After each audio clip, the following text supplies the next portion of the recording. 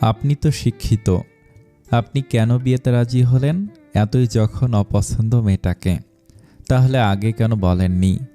তখন কি মুখে কথা ছিল না আপনার? বাবা মায়ের বাধ্য শাস্তে গেছিলেন তখন আপনি? সারা আর কিছু বলার আগেই ঠাস করে পরপর দুটো চর পড়ে সারার গালে। সারা একটু দূরে সরে যায়, বেশ জোরেই লেগেছে চর দুটো। 5 আঙ্গুলের ছাপ স্পষ্ট দেখা যাচ্ছে। সারা চর খাওয়ার জন্য মোটেও প্রস্তুত ছিল না। আকস্মিক চরে বেশ লেগেছে তার। সারা সোজা হয়ে শুভ্রর দিকে তাকাতেই শুভ্র রাগী কণ্ঠে গর্জে বলে ওঠে, হু আর ইউ? আমি কি করব সেটা আমার ব্যক্তিগত ব্যাপার, তোর সমস্যা কি? বুঝতে পারছে না আমার সমস্যা কি? এই যা বলবি খুলে বল, রাগাস না, ফলাফল ভালো হবে না। কিসের ফলাফল ভালো হবে না? আমার জীবনটাই তো নষ্ট করে ফেলেছেন আপনি। হোয়াট? বুঝতে পারছেন না কেন বিয়ে করলেন আমায়? যাকে বিয়ে করতে গেছিলেন তাকে কেন করলেন না? আমার জীবনটা নষ্ট করে কিসের আনন্দ পেলেন আপনি? আর একটা কথা বলে ঠাটিয়ে তোর মুখের ভাস্কর্য পাল্টে দেব। স্টপ! কিসের চুপ করতে বলছেন আমাকে? কেন করলেন আমাকে বিয়ে? শুভ্র মাথায় এবার রাগ উঠে গেল। কোনো জীবনেই তার এমন বাচাল মেয়ে পছন্দ না। তার ওপর একেবারে মুখের ওপর কথা বলতেই থাকে, নন স্টপ হুইসেলের মতো। শুভ্র আর রাগ কন্ট্রোল করতে না পেরে সারার গাল চেপে ধরে ঠেলতে বারান্দায় বের করে দিয়ে দরজা লাগিয়ে দেয়। প্রচণ্ড রাগ হচ্ছে তার। শুভ্রর নিজেরও এই বিয়েতে কোনো মত ছিল না। একে তো মেয়ে তার থেকে গুনে গুনে 10 বছরের ছোট, তার ওপর মেয়েটা তার স্টুডেন্ট। শুধু নিজের মায়ের কথা রাখতে বিয়ে করতে হয়েছে শুভ্রকে, নয়তো কোনো দিনই করতো না। শুভ্র একটা দীর্ঘশ্বাস ফেলে বারান্দার দরজার পর্দা টেনে দেয়, যাতে মেয়েটার দিকে তার নজর না যায়। বেশি পটর পটর করছিস? এখন ভিজুক বৃষ্টিতে।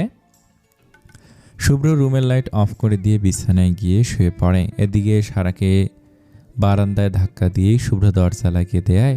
সারা দ্বিতীয়বারের মতো হতভম্ব। সে মনে করেছিল সে শক্ত থাকলে সামনে থাকা মানুষটি তার প্রতি নরম থাকবে, কিন্তু না, তার উল্টো হলো। বরং তাকে ঘাড় ধাক্কা দিয়ে বারান্দায় পাঠিয়ে দিয়েছে। বাইরে প্রচুর বৃষ্টি হচ্ছে। বারান্দার গ্রিল ভেদ করে বৃষ্টির পানিতে বারান্দা ভিজে যাচ্ছে।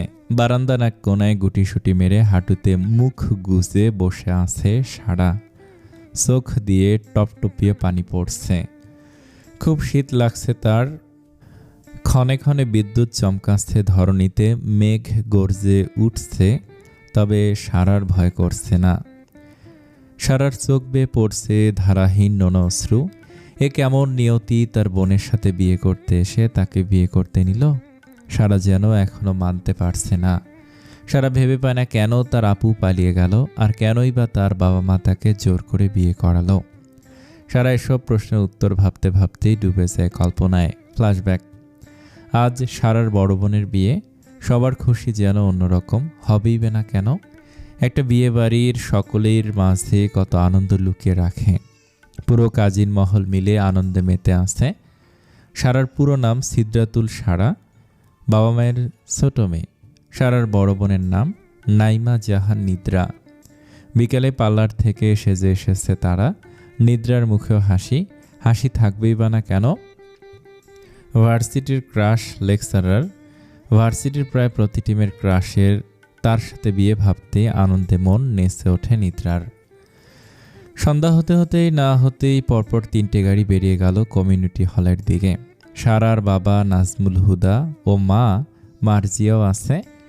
এত বড় ঘরের থেকে নিজের 2 মেয়ের জন্য সম্বন্ধ পেয়ে খুশি হয়েছিলেন তিনি। তবে শর্ত ছিল বড় ছেলের বিয়ের 1 বছরের মাথায় ছোট ছেলের বউ হিসেবে সারাকে নিয়ে যাবেন বলে কথা দিয়েছিলেন ফারুক তালুকদার। যথাসময়ে সারাদের গাড়ি এসে থামে কমিউনিটি হলের সামনে। এটা তালুকদার বাড়ি থেকে আয়োজন করেছে। যদিও নাজমুল হুদা বিয়েতে 1 পয়সা খরচ করেনি, সব খরচই ফারুক তালুকদার করেছেন। ছেলেপক্ষ অনেক আগে এসেছে এখানে। কনেপক্ষ আসামাত্রই সকলকে খাওয়া দাওয়ায় বসিয়ে দেওয়া হয়।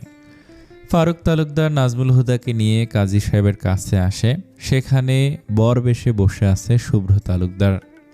এ বিয়েতে মোটেও তার মত নেই, শুধুমাত্র নিজের মায়ের কসম কাটায় বিয়েতে বসতে হয়েছে। ফারুক তালুকদারের অনুমতিতে কাজী বিয়ের কাজ শুরু করেন। নার্জিয়া চলে যান মেয়েকে নিয়ে আসতে। একটু আগেই বান্ধবীদের সাথে পাশের একটা রুমে বসিয়ে এসেছেন মেয়েকে।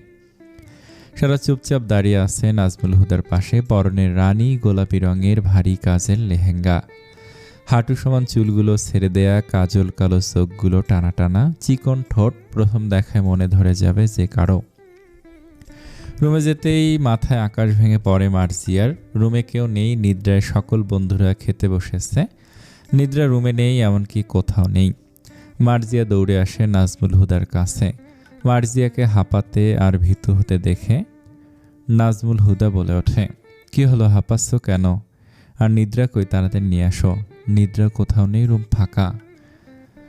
মার্জিয়ার কথায় চমকে ওঠে ফারুক তালুকদার, নাজমুল হুদা সহ সকলে। নাজমুল হুদা কিছু বলার আগেই ফারুক তালুকদার বলে ওঠে, মানে কি বলছেন, মেয়ে কোথায়?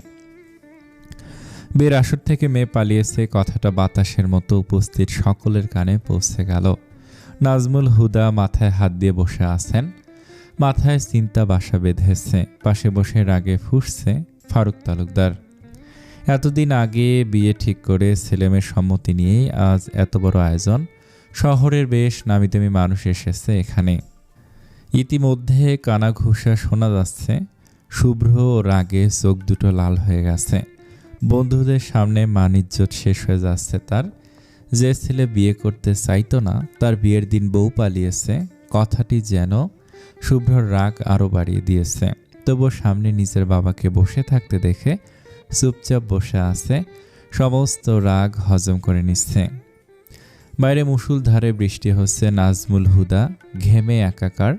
মার্জিয়া বেগমের চোখে পানি। কি বলবেন বুঝে উঠতে পারছেন না সে কল্পনায়ও ভাবতে পারেনি তাদের মেয়ে এমন একটা কাজ করবে।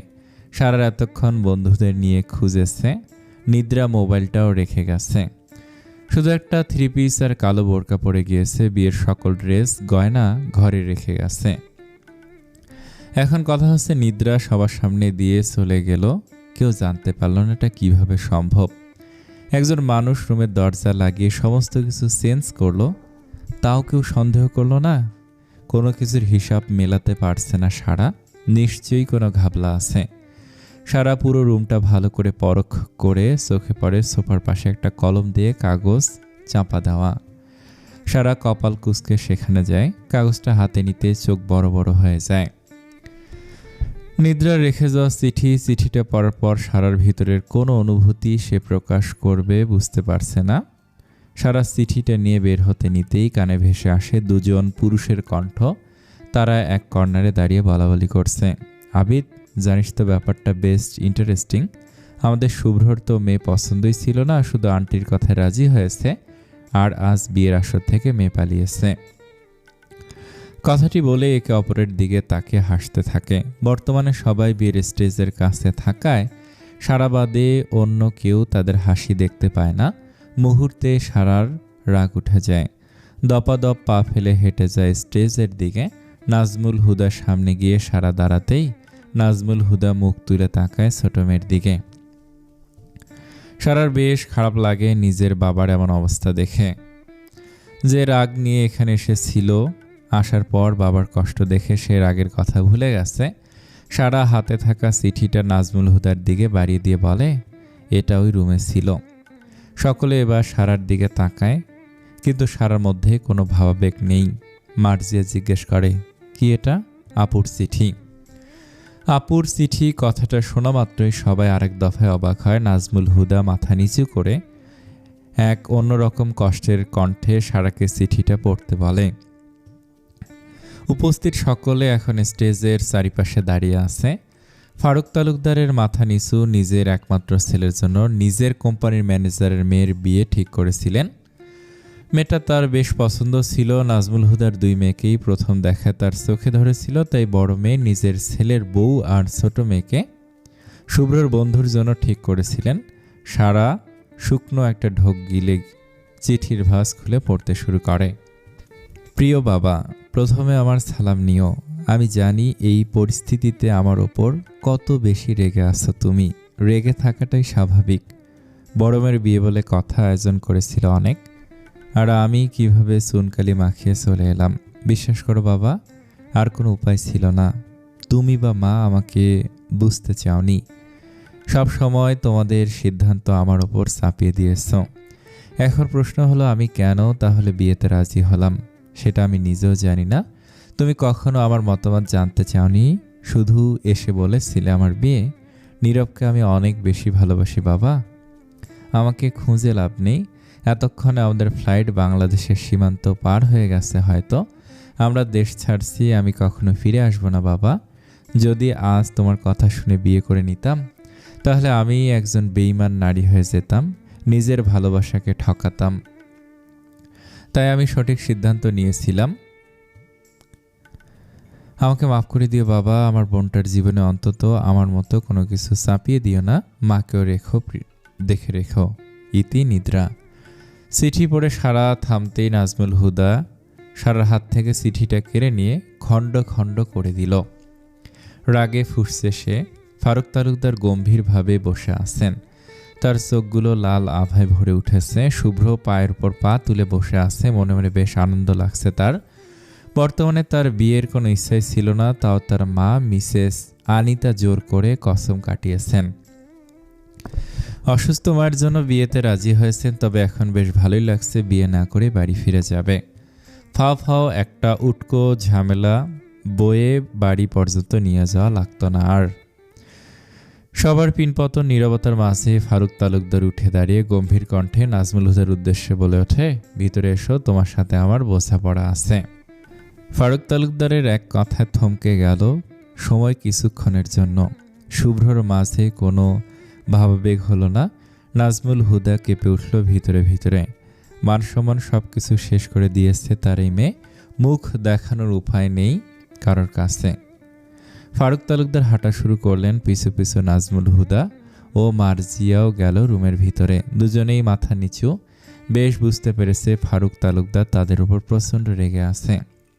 তবে তারা তো ইচ্ছে করে এমন কিছু করে নাই। আগে জানলে কখনো এমন হতো না।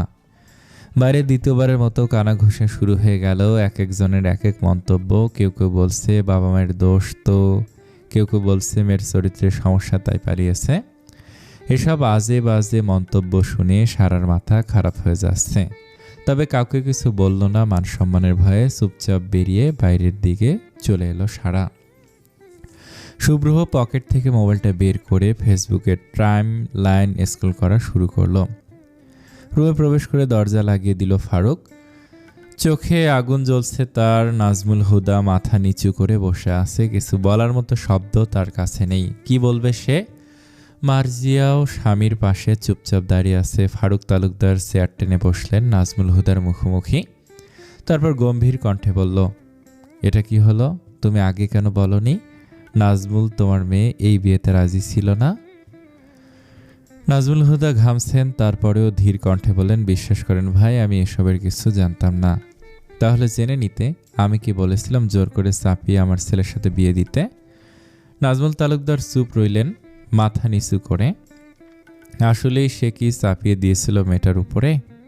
আচ্ছা, বাবা মায়ের কি অধিকার থাকে না সন্তানের ভালো মন্দ দেখার? তবে সে তো চাপিয়ে দেয়নি। সে নিদ্রাকে সব বলেছিল। নিদ্রা মুখে রাজি না বললেও তার কথা আচরণে নাজমুল হুদা বুঝেছিলেন তার মেয়ে রাজি। নাজমুল হুদাকে চুপ থাকতে দেখে ফারুক তালুকদার রেগে বলে উঠল, তুমি জানো আজ কত বড় অসম্মান হলো আমার? একমাত্র ছেলের বিয়ে থেকে বউ পালিয়েছে। আমার ছেলেটার সম্মান কোথায় গেল? শুধুমাত্র তোমার মেয়েকে চোখে ধরেছিল বলে শুভ্রর বন্ধুদের দিয়ে শুভ্রকে রাজি করিয়েছিলাম। আমার অসুস্থ স্ত্রী বাসায় অপেক্ষায় বসে আছে তার পুত্রবধূর মুখ দেখবে বলে। নাজমুল হুদা চুপ। মার্জিয়া বেগমের চোখে পানি। মেয়েটার জন্য আজ অপমানিত হতে হচ্ছে তাদের। কখনো কল্পনাতেও এমন একটা দিনের কথা ভাবেনি তারা। ফারুক তালুকদার চুপ করে গেলেন। মাথায় হাত দিয়ে চেয়ারে হেলান দিলেন। রাগে মাথা ফেটে যাচ্ছে তার।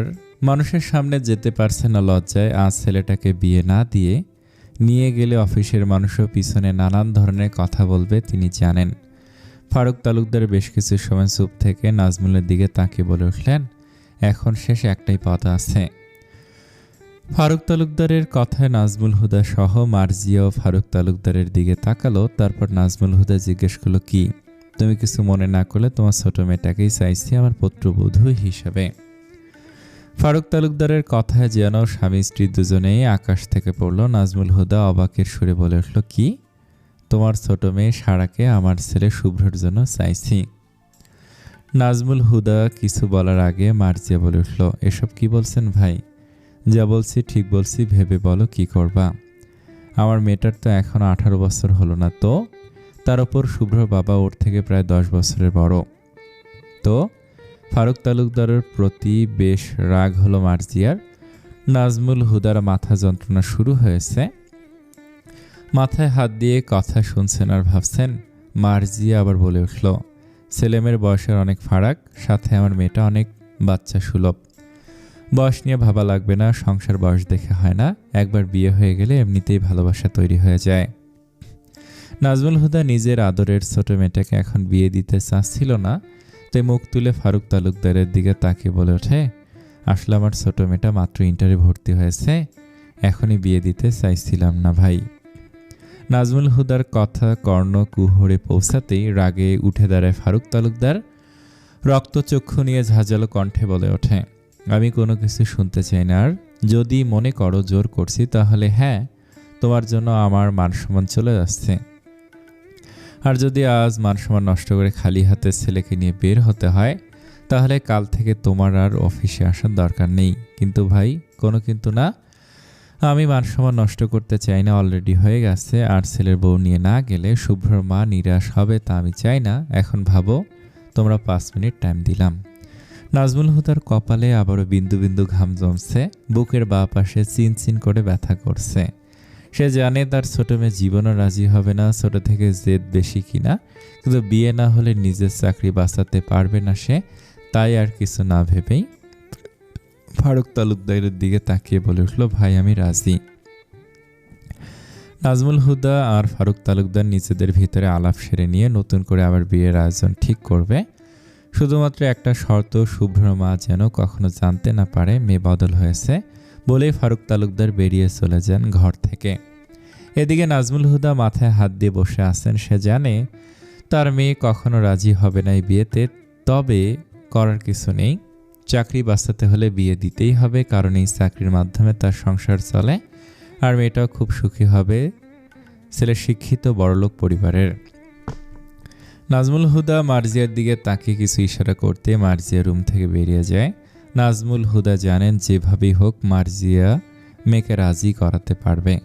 মার্জিয়া স্টেজের কাছে এসে দেখতে পায় সারাকে এক বান্ধবীর সাথে কথা বলছে।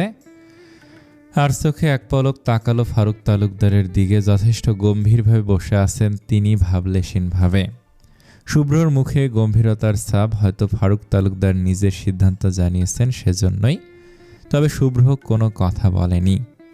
তার কাছে নিজের মা আগে। মার্জিয়া এগিয়ে গিয়ে সারাকে নিয়ে আবার সে ঘরে যায়। মার্জিয়াদের আসতে দেখে নাজমুল হুদা মাথা নিচু করে বের হয়ে যায় রুম থেকে। মার্জিয়া সারাকে উদ্দেশ্য করে বলে, বিছানায় রাখা নিধির সবকিছু পরে নিয়ে রেডি হ। পড়তে বলতাম না, তবে ওটা ওদের বাড়ি থেকে এসেছে। মানে? সারা ভুরু কুঁচকে মায়ের দিকে তাকিয়ে বলে ওঠে, তুই ভালো করে জানিস এখানে কি হয়েছে আর আমি কি বলেছি। কথা কম বলে রেডি হয়ে নে, টাইম নেই। আম্মু পাগল হয়ে গেছো? কি বলছো? আমি আসলে বুঝতে পারছি না কি হয়েছে। আজ তোর বিয়ে শুভ্রর সাথে। কি? রেডি হয়ে নে। কি আজব, আমার বিয়ে আমার মতামত নিবা না? মজা করছে আমার সাথে? আর ওনাকে আমি কেন বিয়ে করতে যাব? আর কথা না গুছিয়ে নে, তোর আব্বুর কথা শেষ কথা। কিন্তু সারা আর কিছু বলার আগেই মার্জিয়া ঠাস করে চর বসায় মেয়ের গালে। সারা হতবাক হয়ে যায়। পরপর আরও একটা চর পড়ে সারার গালে। সারার চোখ দিয়ে পানি আসে না, তবে বেশ অবাক হয়েছে মায়ের চর খেয়ে। সারাকে চর মেরে মার্জিয়া রাগী কণ্ঠে বকে ওঠেন, ছোট থেকে খাইয়ে পড়িয়ে মানুষ করে তোদের জীবনের কোনো সিদ্ধান্ত আমাদের নেওয়ার অধিকার নেই। সব কি তোদের অনুমতি নিয়ে করতে হবে? আমি যা বলবো তাই হবে। বড়টা যেভাবে চুনকালি লাগালো তুইও সেভাবে লাগাবি, তাই তো? আর তা হচ্ছে না, এই বিয়ে তোর করিয়েই ছাড়বো। মার্জিয়া কথাটি বলেই সারাকে ড্রেস চেঞ্জ করে নিতে বললেন। সারার বুঝতে বাকি রইল না এই চর দুটো কিসের জন্য, তবে কিছু বলল না, চুপচাপ রেডি হতে থাকলো। মার্জিয়া ভালোভাবেই সাজিয়েছেন মেয়েকে, এক সময় তাকেও এভাবেই জোর করে বিয়ে দিয়েছিল তার মা, তাই আজ এত সুখী সে। তবে একই আচরণের নিজের মেয়ের সাথেও তিনি করলেন। বড় মেয়ের প্রতি সকল রাগ উগরে দিয়েছেন চরের মাধ্যমে। মার্জিয়া এখন নিজেই কষ্ট পাচ্ছে, অনুশোচনা হচ্ছে, তবে প্রকাশ করতে পারছে না। মায়ের মন হয়তো এমনই হয়, মায়ের মন পড়ে বেশি। মার্জিয়া সবার কপালে একটা চুমু আঁকলো। মার্জিয়া সারার কপালে একটা চুমু আঁকলো। সারার চোখ ভিজে আসছে, মুখ দিয়ে কোনো কথা আসছে না। খুব জড়িয়ে ধরতে ইচ্ছে হচ্ছে নিজের মাকে, তবে সেটুকু ইচ্ছার ধামাচাপা হয়ে গেল নাজমুল হুদার ডাকে। মার্জিয়া গিয়ে দরজা খুলতে নাজমুল হুদা ভিতর প্রবেশ করেন। সারার দিকে এক পলক তাকিয়ে আবার চোখ ফিরিয়ে নিয়ে একটু জোরে বলল, কাজী সব রেডি করেছে, মেয়েকে নিয়ে যেতে বলছে, আমি যাচ্ছি, মার্জিয়া তুমি সারারে নিয়ে আসো। বলেই নাজমুল হুদা চলে যান। উপরে উপরে শক্ত থাকলেও ভিতরে দুমড়ে মুচড়ে যাচ্ছে তার। একে তো বড় মেয়েকে হারানোর শোক, তার ওপর ছোট মেয়েটাকেও। যদি সব বাবার সামর্থ্য থাকতো তাহলে হয়তো নিজের আদরের মেয়েকে বিয়ে দিয়ে দূরে পাঠাতেন না। মার্জিয়া সারাকে এনে শুভ্রর পাশে বসিয়ে দেয়। এমন সময় বিবাহ সম্পূর্ণ হয় সময় মতো। তবে এতক্ষণ সারার মনে অভিমান থাকলেও এখন শুভ্রের প্রতি রাগ জমেছে। সারার মনে হচ্ছে এই বিয়ে শুভ্ররই প্ল্যান, ইচ্ছে করেই করেছে সে সব। যেভাবে কবুল বলল, সারা সবাই মনে করলো শুভ্রর সাথে অনেক আগের প্রণয়ের সম্পর্ক। সারার সবার থেকে বিদায় নিয়ে গাড়িতে উঠে বসলো সকলে। তবে সারার ভাবনায় আজ নিজের বাড়ি ফেরা থাকলেও নিয়তিতে ছিল শ্বশুর বাড়ি যাওয়া। গাড়ি চলতে লাগলো আপন মনে, দুজন দুজনের মতো নিশ্চুপ। শুভ্রর মন বাড়িতে পড়ে থাকলো, সারার মন শুভ্রর ওপর রাগ জন্মাচ্ছিল। গাড়ি তালুকদার বাড়িতে এসে থামে। বেশ জাঁকজমক বাড়িটা আজ অন্য দিনের তুলনায়। সবাই নতুন বউ দেখার জন্য বসে আছে। ফারুক তালুকদারের রাগী চোখের ইশারায় শুভ্র বাধ্য হয়ে সারার হাত ধরল। সারা সেদিকে এক পলক তাকিয়ে চোখ ফিরিয়ে নিল। বাড়ির ভিতরে ঢুকতেই চোখ পড়ল সোফায় একজন শ্যাওলা রঙের জামদানি শাড়ি পরে বসে আছেন। সারা প্রথমে বুঝতে না পারলেও শুভ্র ধীর কণ্ঠে বলে উঠল, আমার মা, সালাম করো। সারা বুঝতে বাকি রইল না এটা তার শাশুড়ি, তবে এটা বুঝলো না সে কেন বসে আছে। শুভ্র আর সারা একসঙ্গে গিয়ে আনিতা বেগমের পায়ে সালাম করলেন। আনিতা বেগম হাসি মুখে দুজনকে দোয়া দিলেন। সারাকে নিজের পাশে বসিয়ে থুতনিতে হাত দিয়ে আদুরে কণ্ঠে বলে উঠলেন, বাহ, আমার বৌমা তো মাশাল্লাহ, কার নজর না লাগুক। আমার সোনার টুকরো ছেলের জন্য হীরের টুকরো মেয়ে পেয়েছি। নতুন দিনের সূচনা হয়েছে ধরণীতে। চারিদিকে আজানের ধ্বনি ভেসে আসছে। সারা পিটপিট করে চোখ মেলে তাকালো। বাইরের মৃদু শীতল বাতাস বইছে। বেশ শীত লাগছে সারার। কেঁপে কেঁপে উঠছে। আশেপাশে তাকিয়ে দেখলো সে এখনো সেই বৃষ্টি ভেজা বারান্দায়। সাথে সাথে সারার কাল রাতের সব কথা মনে পড়ে গেল। মনও কিঞ্চিত খারাপ হয়ে গেল। কতটা নির্দয় মানুষ হলে একটা মেয়েকে সারাত বৃষ্টিতে ভেজা বারান্দায় রেখে দেয়, সারা ভেবে পায় না। দেয়াল ধরে উঠে দাঁড়ায় সারা। পরনে কাঁচা হলুদ রঙের একটা লাল পাড়ের কাজ করা শাড়ি, যার অর্ধেক ভিজে গিয়েছে কাল রাতের বৃষ্টির হাওয়ায়। সারা উঠে বারান্দায় দরজা ধাক্কা দিতেই কোনো শব্দ ছাড়াই দরজাটা খুলে যায়। হয়তো ভেজানো ছিল, নয়তো এই পাষাণ মানব পরে খুলে রেখেছিল। সারা রুমের ভিতর প্রবেশ করে। ঘরের ভিতরে আবছা অন্ধকার। নীলাভ একটা ড্রিম লাইট জ্বলছে, যদিও তার আলোয় সব অপরিষ্কার দেখাচ্ছে। সারা ওয়াশরুমে যাওয়ার জন্য পা বাড়ালো। উজু করে এসে সোফার পাশেই জায়নামাজ পেয়ে গেল। পিছন ঘুরে এক পলক বিছানার দিকে তাকালো। যদিও স্পষ্ট বোঝা যাচ্ছে না, তবুও নিঃশ্বাসের আর একটা ছায়ামূর্তির মতো দেখাচ্ছে। কেউ একজন গভীর ঘুমে তলিয়ে আছে। সারা আর কিছু না দেখে জায়নামাজ বিছিয়ে নামাজে দাঁড়ালো। হঠাৎই ভোরে ফোন কর্কশ শব্দে বেজে ওঠায় শুভ্রর ঘুম ছুটে যায়। ঘুমের ঘোরে দুবার কল কেটে দিল। বারবার কল দেওয়ার জন্য বিছানায় উঠে বসে শুভ্র। মুখ দিয়ে আপনা আপনি ফোনের ওপাশে থাকা মানুষটির জন্য সূচক গালি নির্গিত হয়। বালিশের পাশ থেকে ফোনটা নিয়ে নাম্বারটা না দেখে রিসিভ করে কানে ধরল শুভ্র। তখনই ওপাশ থেকে একটা মেয়েলি কণ্ঠ ভেসে আসে। মেয়েটা শুভ্রকে কাঁদতে কাঁদতে বলে ওঠে, হোয়াট দ্য হেল শুভ্র, তুমি বিয়ে করেছো? সিরিয়াসলি? I am shocked. ওপাশের মেয়েটির কথা শুনে শুভ্রর কপাল গুটিয়ে গেল। ফোনটা কানের কাছ থেকে সরিয়ে এনে নাম্বারটা দেখল। এবার নিজের উপরে নিজেই রাগ হচ্ছে খুব। তার বিদেশি ফ্রেন্ড ফ্রুনি, শুভ্র যখন বিদেশে ছিল তখন ওর সাথে পরিচয়। শুভ্র ইগনোর করলেও কিভাবে হঠাৎ ফ্রেন্ডশিপ হয়ে যায়। ফ্রুনির জন্ম লন্ডনে এক খ্রিস্টান পরিবারে। ফ্রুনির পুরো নাম ফ্রুনি আর্নাদ। শুভ্র কখনো এটা খুব একটা পাত্তা দেয়নি ফ্রুনিকে, তবে 3 বছরের বন্ধুত্বে ফ্রুনি ভালোবেসে ফেলে শুভ্রকে। তবে শুভ্র কখনো ফিরেও চাইত না ভালোবাসা হিসেবে। ফ্রুনি মূলত শুভ্রর থেকে বাংলা ভাষা রপ্ত করেছে। শুভ্রকে চুপ থাকতে দেখে ফ্রুনি আবার বলে ওঠে, শুভ্র প্লিজ সে সামথিং। শুভ্র এবার বিরক্ত হয়ে ঠাস করে কলটা কেটেই ব্লক করে দিল ফ্রুনির নাম্বার। শুভ্র জানে ফ্রুনির বিয়ে হয়েছে 6 মাস আগে, তবে ফ্রুনি সংসার করলেও ভালোবাসে শুভ্রকে। ফ্রান্সে যে কোনো দেশি মেয়ের সাথে দাঁড় করালে নিঃসন্দেহে ফ্রুনি বেশি সুন্দর হবে। তবু শুভ্র নিজের জাতি ধর্ম মাথায় রেখেছিল। তার থেকে বড় কথা, ফ্রুনি বিবাহিত।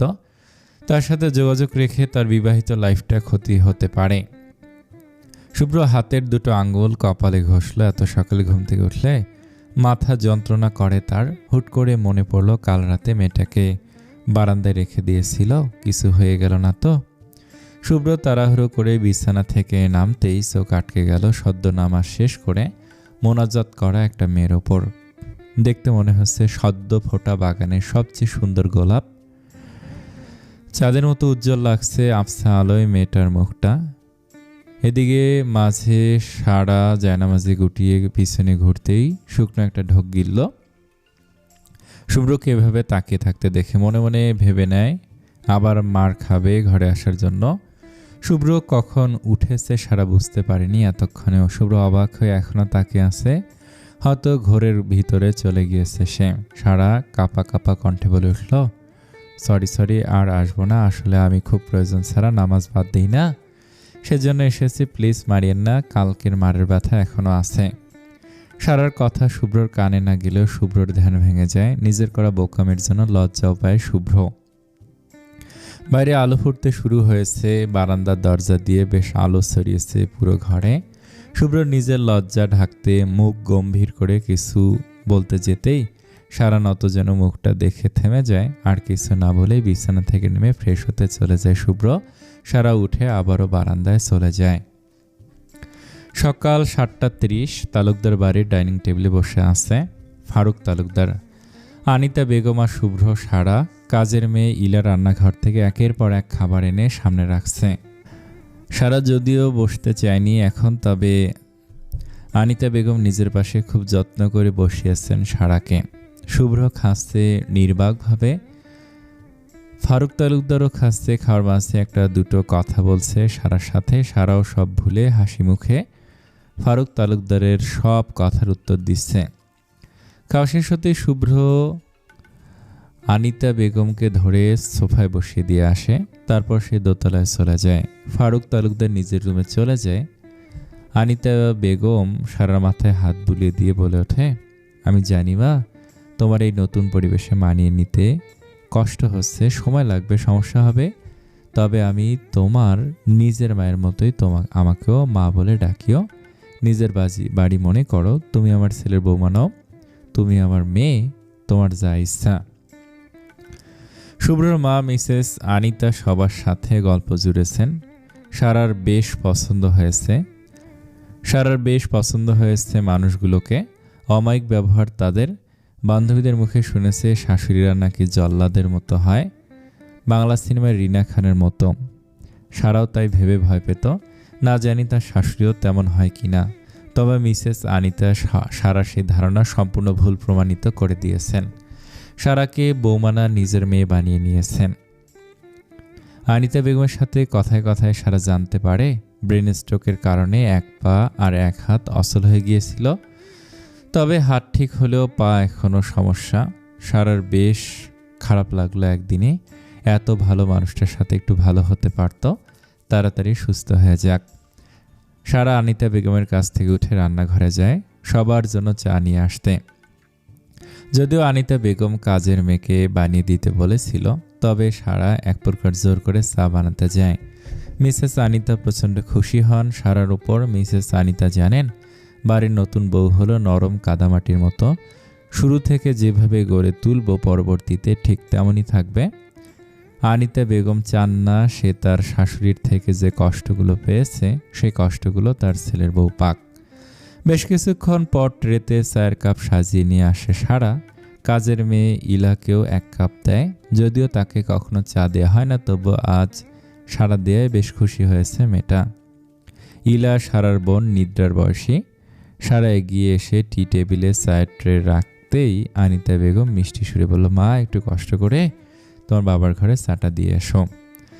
সারা চায়ের কাপ হাতে তুলে নিল। কাপের নিচে প্রিজ দিয়ে মাথা হেলিয়ে সম্মতি জানালো। ছোট্ট মৃদু কণ্ঠে বলে উঠল, জি আম্মা। আনিতা বেগম সারাকে তাকে আম্মা আর ফারুক তালুকদারকে বাবা ডাকতে বলেছে। সারা এগিয়ে গেল শ্বশুরের রুমের দিকে। দরজা খোলা। ফারুক তালুকদার চেয়ারে বসে বই পড়ছেন। যেদিন অফিস অফ থাকে সেদিন তিনি সারাদিনই প্রায় বই পড়ে কাটান। ফারুক তালুকদারের একটা বড় শখ বলা চলে এটাকে। সারা দরজার বাইরে দাঁড়িয়ে আমতা আমতা করে ডাকলো, বাবা আসবো।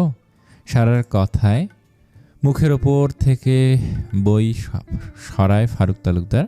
দরজার কাছে সারাকে চায়ের কাপ হাতে দাঁড়িয়ে থাকতে দেখে তাড়াতাড়ি সোজা হয়ে বসে তারপর বলে ওঠে, আরে মা এসো এসো, দাঁড়িয়ে আসছো কেন?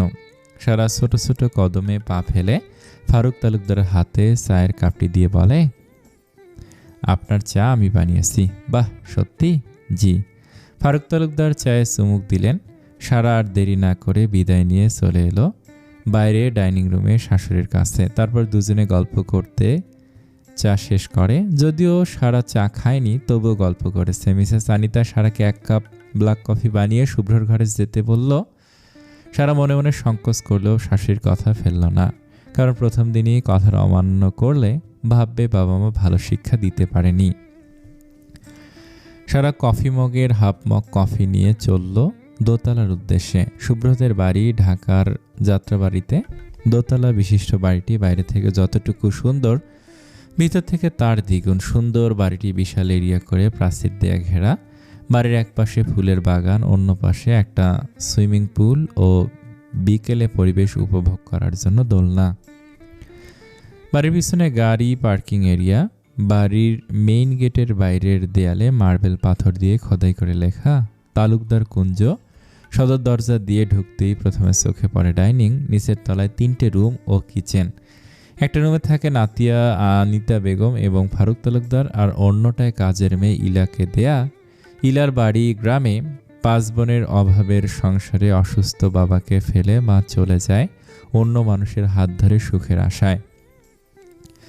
অসুস্থ বাবা কোনো কাজ করতে না পারা, আর সবার বড় বোন হয় 4 বোনের দায়িত্ব নিতে ঘর ছাড়ে ইলা। ভাগ্য ভালো থাকায় ঢাকায় আসার পরই ফারুক তালুকদারের থেকে কাজ পেয়ে যায়। আগের কাজের লোক চলে যায়, তিনিও নতুন কাউকে খুঁজছিলেন। থাকা খাওয়া বাদ দিয়ে মাসে 20,000 টাকা দিতে রাজি হন। বিপদের সময় এই টাকা যেন ইলার বেঁচে থাকার আশা হয়ে ওঠে। তারপর তালুকদার বাড়িতে থেকেই টাকা পাঠাতো। বাড়িতে মাস গেলেই এভাবে কাটছে তার জীবন। সারা এসে দাঁড়ায় ঘরের সামনে। দরজায় টোকা দিতে ভিতর থেকে শুভ্রর কণ্ঠ ভেসে আসে, খোলা আছে। সারা দরজায় ধাক্কা দিতেই খুলে যায় দরজা। শুভ্র সোফায় বসে কোলের উপর নিয়ে ল্যাপটপে কিছু একটা কাজ করছে খুব মনোযোগ দিয়ে। সারা সেদিকে এগিয়ে গিয়ে টি টেবিলের ওপর কফির মগটা রাখলো। শুভ্র চোরা চোখে সেদিকে এক পলক তাকালো। সারা মৃদু কণ্ঠে বলে উঠল, আপনার কফি? আম্মা বলল, তাই এনেছি। শুভ্র এবার ল্যাপটপটা বন্ধ করে সারার দিকে ঘাড় ঘুরিয়ে তাকালো। এমনিতেই তার কফির খুব প্রয়োজন ছিল। এখনই নিচে যেত সে। শুভ্র সারার দিকে তাকিয়ে একবার ওপর নিচ পরখ করে নেয়। তারপর টেরা চোখে সারার দিকে তাকিয়ে বলে, তুমি শাড়ি পরেছো কেন? কথাটা কর্ণকুহরে পৌঁছাতেই মাথা উঁচু করে শুভ্রর মুখের দিকে তাকায় সারা। এ আবার কেমন প্রশ্ন? সারা মনে মনে ভেবে পায় না। সারার পরনে আকাশি রঙের গোলাপি ফুলের পাড় পরা জামদানি সুতির শাড়ি, এটা কাল রাতেই দিয়েছিল সারাকে তার শাশুড়ির পক্ষ থেকে এক চাচাতো ননদ। একটা রাতে পড়েছিল আর সকালে এটা পড়েছে। সারার কিছু বলতে না দেখে সারাকে শুভ্র আবার বলে ওঠে, এই যে মিস, অটো টেপ রেকর্ডার চুপ কেন? হ্যাঁ, কিছু বলছো না যে? অটো টেপ রেকর্ডার কথাটা বেশ প্রেস্টিজে লাগলো সারার। একটু বেশি কথা বলে, তাই বলে কি তাকে এভাবে বলবে? এটা মানতে পারে না সারা। কিছু বলতে যাবে বলে উদ্যত হতেই শুভ্র হাত দিয়ে থামিয়ে বলে ওঠে, শাড়ি কেন পরেছো? এটুকু বাদে আর কোনো কথা শুনতে চাই না। শুভ্র বেশ খোঁচা দিয়ে বলল কথাটা সারাকে, তবে সেটা সারা বুঝতে পারল। তবে কিছু বলল না, কিছু বলতে গিয়েও থেমে গেল, শুধু ধীর কণ্ঠে বলে উঠল, এখানে আমার কোনো ড্রেস নেই, এগুলো কাল রাতে আম্মা দিছিল। কথাটি বলে মাথায় নিচু করে নেয়। মনের রাগ মনেই পুষে রাখে। সে জানে মুখে মুখে কথা বললে এই বেটা তাকে আবারও বাইরে বের করে দিবে লজ্জা শরমের মাথা খেয়ে। কিন্তু যদি তার শ্বশুর শাশুড়ির সামনে রুম থেকে বের করে দেয়, কতটা লজ্জায় পড়তে হবে সারাকে সেটা ভেবেই সারা চুপ করে যায়। তবে মনে মনে প্রতিজ্ঞা করে, আমারে ভিজাইছেন কাল না রাতে, আপনারে আমি ভিজামো, সময় আমারও আসবে, তখন আমিও আপনারে নাকানি চুবানি খাবো। কি বিড়বিড় করছো একা একা? শুভ্রর কথায় থতমত খেয়ে যায় সারা। মাথা উঁচু করে তাকাতেই 2 কদম পিছিয়ে আসে সারা। তার ঠিক সামনে কিছুটা দূরত্ব নিয়ে এক হাত পকেটে গুজে আর অন্য হাতে কফির মগটা ধরে শুভ্র উঁচিয়ে তাকিয়ে আছে সারার দিকে এক দৃষ্টিতে। সারা ঠিক শুভ্রর বুক পর্যন্ত। সারা চুপ করে যায় শুভ্রকে এমন সামনে দেখে।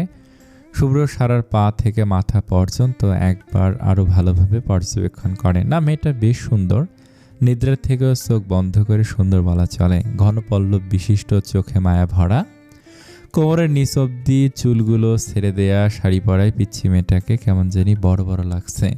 শুভ্র কফিতে চুমুক দিয়ে সারার দিকে তাকে ভরাট গম্ভীর কণ্ঠে বলে, 11টার দিকে রেডি হয়ে থাকবে, তোমার জন্য কিছু ড্রেস কিনতে যাব, আজকের পর যেন আর শাড়ি পরতে না দেখি। সারা মাথায় নিচু করে দাঁড়িয়ে রইল। সে আরও ভেবেছিল এবার থেকে প্রতিদিন শাড়ি পরবে। যদিও আগে শাড়ি পরতে পারতো না, তবে এখন পারে। আর শাড়ি তার ইমোশন, তবে এই লোক তো তাকে নিষেধ করেছে। এটা কি কোনো প্রকার অপমান? তাকে সুন্দর লাগছে বলে সারা আর দাঁড়ালো না, শুভ্রকে আসি বলে ঘর থেকে বেরিয়ে এলো। উদ্দেশ্য শাশুড়ির কাছ থেকে বসা। সারা রুম থেকে বের হতেই শুভ্র হাফ ছেড়ে বাঁচছে। বিয়েটা যেভাবেই হোক তার মতো থাকুক আর না থাকুক, তার মত। মেয়েটা তার বউ, কাগজে কলমে ধর্ম অনুযায়ী সব ক্ষেত্রেই তার বউ। 27 বছরের একটা ছেলের সাথে 17 বছরের একটা মেয়ে বড্ড বেমানান। যদিও এখন এগুলো কমন, তবে শুভ্র মানতে পারছে না। যেখানে শিক্ষক সবসময় বাবার সমতুল্য, সেখানে সে তার কোচিংয়ের ছাত্রীকে বিয়ে করলো। এসব ভাবলে মনে হয় মেয়েটাকে দূরে সরিয়ে দেয়, আর মেয়েটার সামনে আসলে ঘোর লেগে যায়। বুকের মধ্যে দ্রিম দ্রিম ঢোল বাজতে থাকে। শুভ্রর আগে থেকে লম্বা চুল পছন্দ, আর এই মেয়ের তো হাঁটু থেকে হালকার ওপর অবধি চুল। শুভ্র আর ভাবে না, বাইরে যাওয়ার জন্য রেডি হতে শুরু করে। সারা নিচে এসে আনিতা বেগমের পাশে বসে শুভ্রর বলা কথাটা বলতে আনিতা বেগম ইলাকে ডেকে কিছু একটা নিয়ে আসতে বলে। সারা বুঝতে পারে না বিছানার নিচে 17 নম্বর বক্সটা আবার কি। সারার কল্পনা জল্পনার মাঝেই ইলা একটা রেপিং পেপারে মোড়া বক্স নিয়ে এসে আনিতা বেগমের হাতে দেয়। আনিতা বেগম সারার দিকে বক্সটি বাড়িয়ে ধরলে সারা হাতে নেয়। তখন আনিতা বেগম হেসে সারা থুতনির উঁচু করে আদুরে কণ্ঠে বলে, আমি আমার বৌমার জন্য সব আগে রেডি করেছিলাম মা, আর তুমি তো আমার বৌমা না, আমার মেয়ে। আমি জানি তো তোমার কোনো জামা নেই, আর থাকবেই বা কেন? বিয়ের পর মেয়েদের শাড়ি পরতে হয়। তবে শুভ্র যেহেতু চায় না পরতে হবে না, আমি বাকি 10টা শাশুড়ির মতো না যে তোমাকে বাধ্য করব, তবে শর্ত। আনিতা বেগমের মুখে শর্তের কথা শুনে সারার হাসি মুখটা হঠাৎ অন্ধকারে ছেয়ে যায়। মুখ কালো করে রেখে বলে ওঠে, কি শর্ত আম্মা? সারার চুপসে যাওয়া মুখ দেখে আনিতা বেগমের হাসি আসে। মেয়েটা আসলে এখনো বাচ্চা। তার ছেলের জন্য যেমন বউ চেয়েছিল ঠিক তেমন পেয়েছে কি জানে না, তবে সে তার মেয়ে হিসেবে যেমন চেয়েছিল সারা ঠিক তেমন। আনিতা বেগম হেসে আবারও আদুরে কণ্ঠে বলে, পাগলি মেয়ে আমার, ভয় পাচ্ছ কেন? বললাম তো আমি তোমার মায়ের মতোই, আর শর্ত হলো তুমি পড়াশোনা ছাড়তে পারবে না। বাড়ি নিয়ে যাই হোক তোমার বিয়ে হয়েছে তো কি হয়েছে, তোমাকে তোমার কেরিয়ার গোছাতে হবে। এবার বলো মা, আমার শর্তে রাজি তো? মনে করো এটা আমার আবদার, আমি চাই তোমাকে পড়াতে। হয়তো শুনেছ বিয়ের পর মেয়েদের পড়তে নেই, তবে আমি চাই আমার মেয়েকে পড়াতে, খুব শিক্ষিত করতে, আমার ছেলের মতোই। শুভ্র আপন মনে গাড়ি চালাচ্ছে আর শীষ বাজাচ্ছে। চোখে কালো রঙের সানগ্লাস, হাতে ব্র্যান্ডেড ঘড়ি, ব্লু রঙের শার্টের উপরে দুটো বোতাম খোলা, হাতাগুলো কুনি পর্যন্ত গোটানো, ফর্সা গায়ে বেশ মানিয়েছে শার্টটি। সারা আপন মনে জানালার দিকে মুখ করে বসে আছে। উপরে উপরে শক্ত থাকলেও ভিতরে বড্ড নরম মেয়েটা। বিশেষ করে শুভ্রর সাথে কথা বলতে চাচ্ছে না। যদি ঘাড় ধাক্কা দিয়ে গাড়ি থেকে নামিয়ে দেয় তখন সে বাড়ি ফিরবে কি করে? আর মানুষের সামনে তার মান ইজ্জত তো আর কিছুই থাকবে না।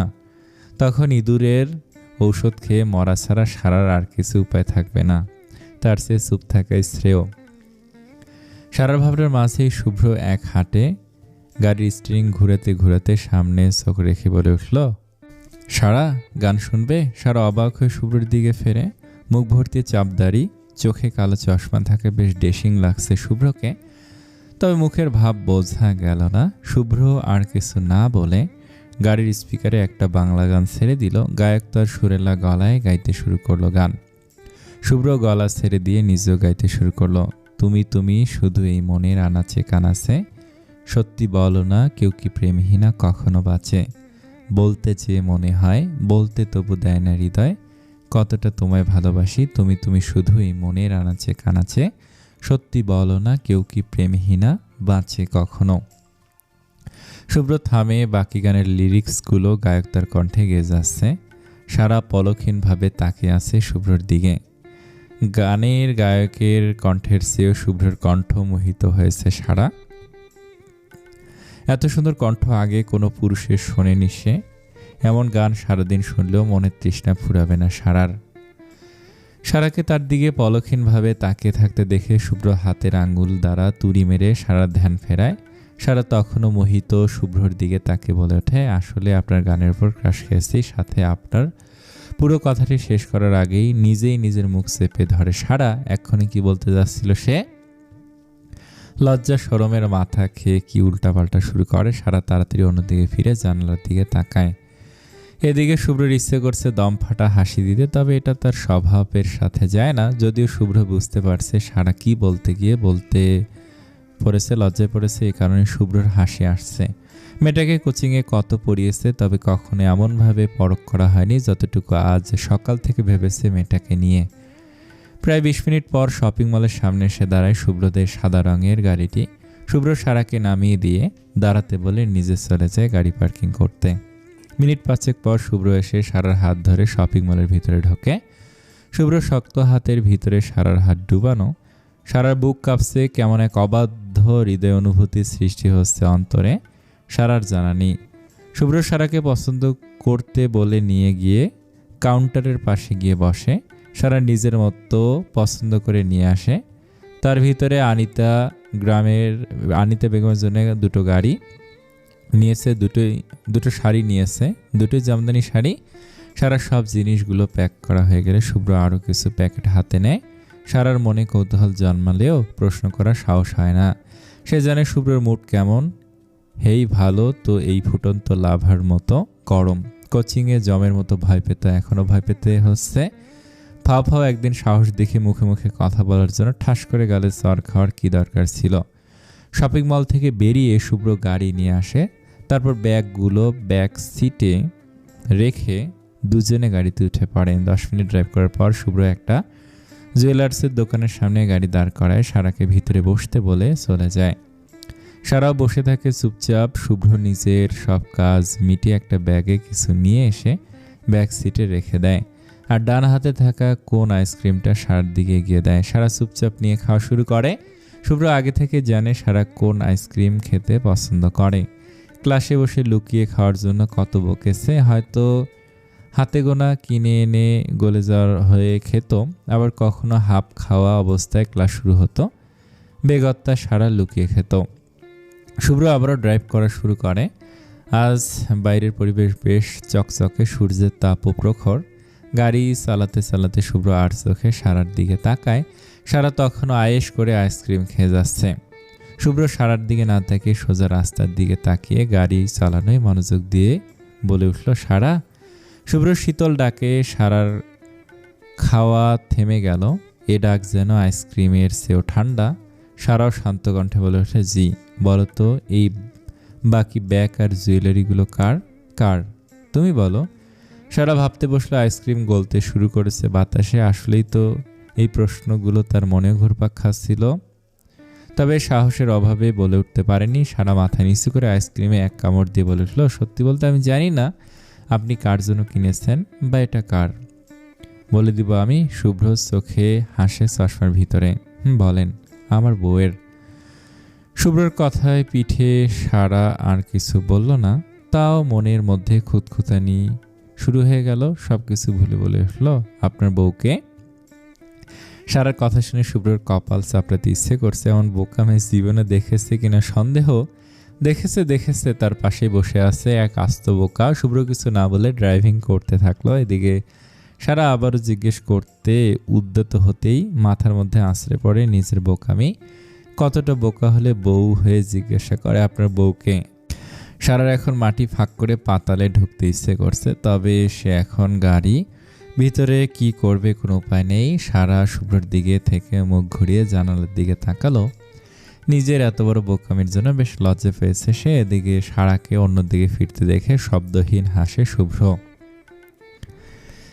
আনিতা বেগমের কাছে বসে আছে সারা। কাজের মেয়ে ইলা রান্নাঘরে রান্না করছে। আনিতা বেগম সুন্দর করে সিথি কেটে কেটে সারার সুন্দর কমর সমান লম্বা চুলগুলোয় তেল দিয়ে দিচ্ছে। সারা বসে আছে। কতজন মেয়েই বা এমন শাশুড়ির আদর খাওয়ার ভাগ্য হয়।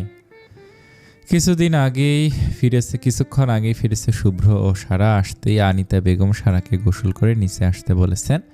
খুব ভালো করে জামাগুলো দেখেছেন। সারা রুমে গিয়ে গোসল সেরে নতুন কিনে আনা একটা জামা পরল। সাদার উপর স্কাই ব্লুর আর মেরুন রঙের কাজ করা গাউন। সারা বেশিরভাগ সময় এই সুতির গাউনগুলোই পরে অভ্যস্ত, তাই মূলত নিয়েছে।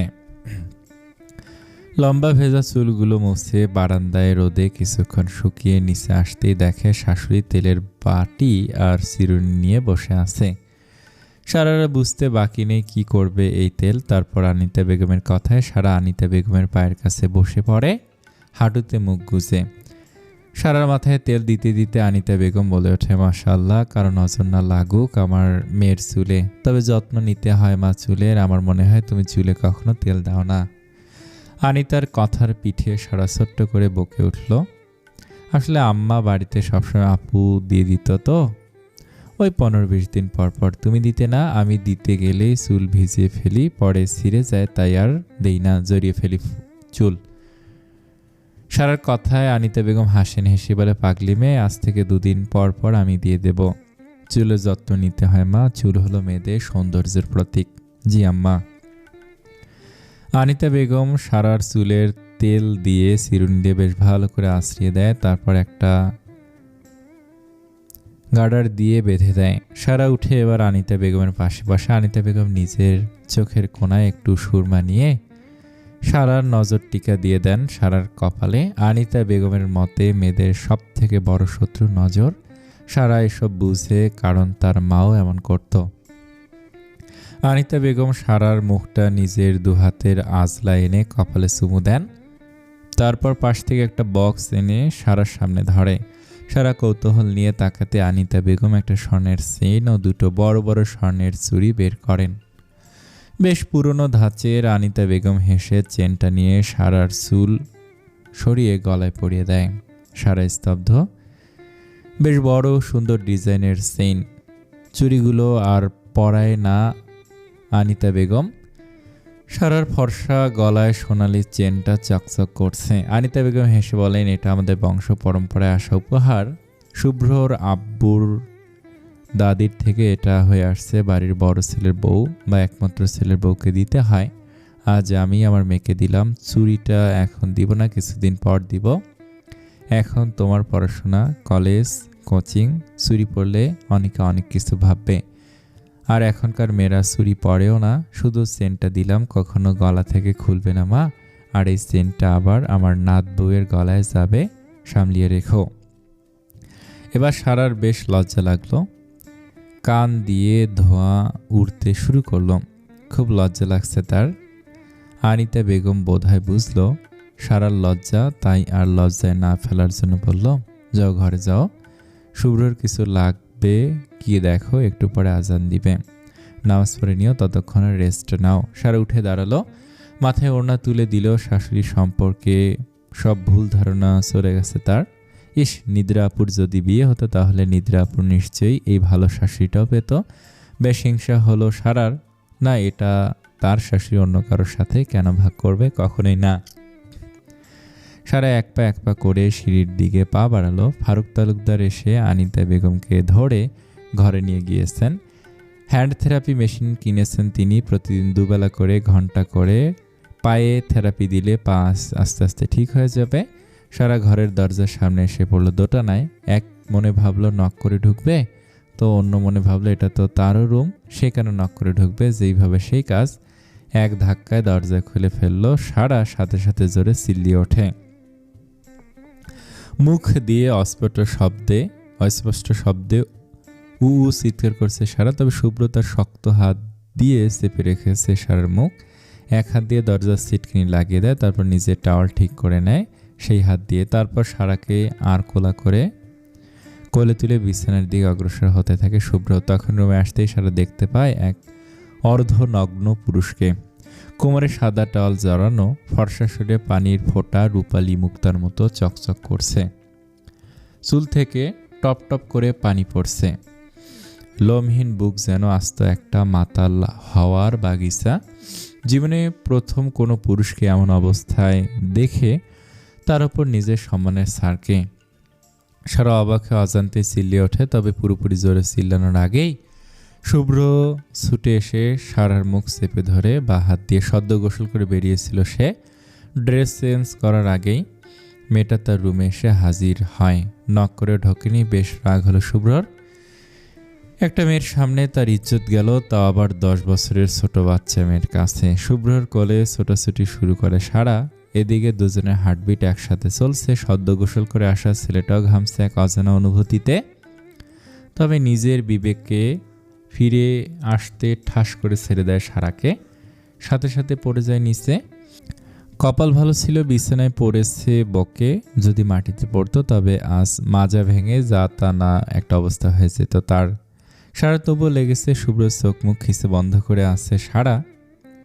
শুভ্র তাড়াতাড়ি কাবার্ড থেকে ট্রাউজার ও একটা টি শার্ট বের করে পরে নেয়। টাওয়াল ছুটে ফেলে ময়লা কাপড়ের বাস্কেটে।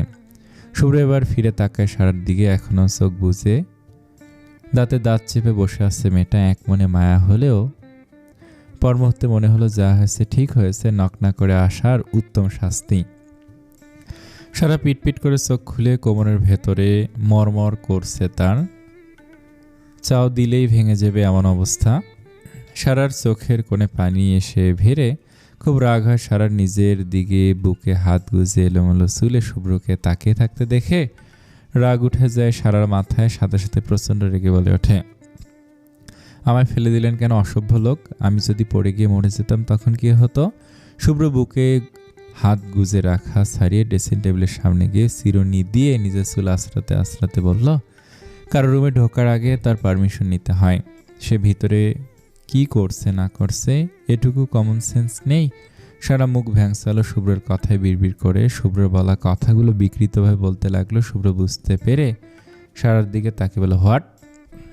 এটা আমারও রুম, তাই আমি কারোর পারমিশন নিতে পারবো না। মুখে মুখে কথা বলছো অনেক, এটা একটু বেশি হয়ে যাচ্ছে, ফলাফল ভালো হবে না। সারা এবারও একইভাবে বিকৃত করলো শুভ্র বলা কথা। সাথে সাথে শুভ্র রেগে গেল। রাগে চিল্লিয়ে বকে উঠল, হোয়াট ননসেন্স! দেখেন, আপনি জানেন আমি ইংরেজিতে কাঁচা, আর আমি ব্রিটিশ না। এসব ইংরেজি আমিও পারি না, বলিও না, শুনতেও চাই না। চুপ করবে তুমি? আমার মুখ, আমি যা ইচ্ছে তাই বলবো। আপনি ফেলবেন কেন আমাকে? আমার লাগেনি। কথাটা বকেই সারা ন্যাকা কান্না শুরু করে দিল। সারার কান্নায় শুভ্র বিরক্ত হওয়ার আগেই হুট করে সারাকে পাজাকলো করে তুলে ধরে রুমের বাইরে দরজার সামনে রেখেই নিজেই রুমে ঢুকে ভিতর থেকে দরজা লাগিয়ে দিল। এমন বাচাল মেয়েকে তার আর সহ্য হচ্ছে না। কই মনে করলো নিজের মায়ের দিকে তাকে সম্পর্কটা স্বাভাবিক করবে, তার আগেই বাচাল মেয়ে পুরো ঘেটে মনের 12টা বাজিয়ে দিয়েছে। শুভ্র ঘরে এসে বিছানায় গাইলে দিল। এদিকে সারা বুঝতে পেরেছিল শুভ্র তাকে উঁচু করেছে, তবে সারার কিছু বলেনি, যদি আবার ফেলে দেয়। কিন্তু হঠাৎ দরজা লাগানোর শব্দে সারা চোখ খুলে দেখে শুভ্র দরজা লাগিয়ে দিছে, তাকে রুম থেকে বের করে দিয়ে। সারা কাঁদো কাঁদো ফেস নিয়ে পাশে ফিরতেই দেখতে পায় হাতে শপিং ব্যাগ নিয়ে দাঁড়িয়ে আছে ইলা। মিটি মিটি হাসছে সে। সারার এবার মাথায় আকাশ ভেঙে পড়ছে এই লজ্জা পাবার জন্যে। সে চুপ থাকতো, আর আজ তাকে লজ্জা পেতেই হলো। এখন ইলা কি ভাবছে কি জানে, নিশ্চয়ই ভাবছে তাদের পছন্দের শুভ্র ভাই আমার উপর বিরক্ত হয়ে রুম থেকে বের করে দিয়েছে। আমি কি বিরক্তিকর? সারার ভাবনার মাঝে ইলা বলে উঠল, ভাবি আপনার ব্যাগগুলো খালাম্মা পাঠাইলো, নিচে রাইখা আইছেন, আর এখানে এসে দেখি ভাইজান আপনারে রেখে গেছে বলে হেসে দিল ইলা। ইলার হাসিতে গা জ্বলে গেল সারার। পাশাপাশি প্রচুর রাগ হলো শুভ্রর ওপরের প্রতিশোধ সারা নিয়েই ছাড়বে, নয়তো সে সারা না। সারার ভাবনা দেখে ইলা বলে উঠল, কষ্ট পাইয়া না ভাবি, ভাইজান এখনই আইসা আবার কোলে তুলে নিয়ে যাবনি। কথাটা বলতে সারা একটা তাড়া দিল ইলাকে, তারপর চোখে এক কলস পানি নিয়ে ছুটল শাশুড়ি ঘরের দিকে। আনিতা বেগম তখন উজু করে এসে বিছানায় বসে তসবিহ গুনছেন।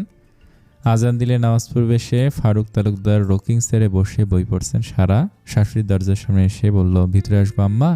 আনিতা বেগম কিছু না ভেবে বললে, এসো মা। আনিতা বেগমের আদেশ পাওয়া মাত্রই ছুটে গেল ভিতরে।